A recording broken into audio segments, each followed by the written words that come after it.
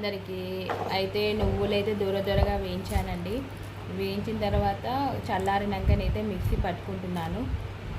ఒక్కసారి మనం ఇట్లా తింపి బంద్ చేయాలండి. ఇలా చెక్క పట్టిన తర్వాత ఇందులో రుచికి సరిపడా అంటే మనకు ఎన్ని గ్లాసులు నువ్వులకి ఇంత సరిపడా బెల్లం తీసుకోవాలి. బెల్లం అయితే నేను నువ్వులకి సరిపడా బెల్లం అయితే వేసుకొని ఇది కూడా కొంచెం చెక్క అయ్యేంత వరకు మిక్సీ తింపుతాను.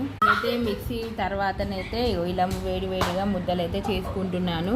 ఇవి చల్లారినాక మనం ఫ్రిడ్జ్లో పెట్టుకోవచ్చు. మనకి ఒక 10 days వరకు అయితే స్టోరేజ్ అయితే ఉంటుంది. నేను నువ్వులైతే చెక్కగా పట్టానండి, ఎందుకంటే మరి మెత్తగా కూడా బాగుండదు కదా అని చెప్పేసి.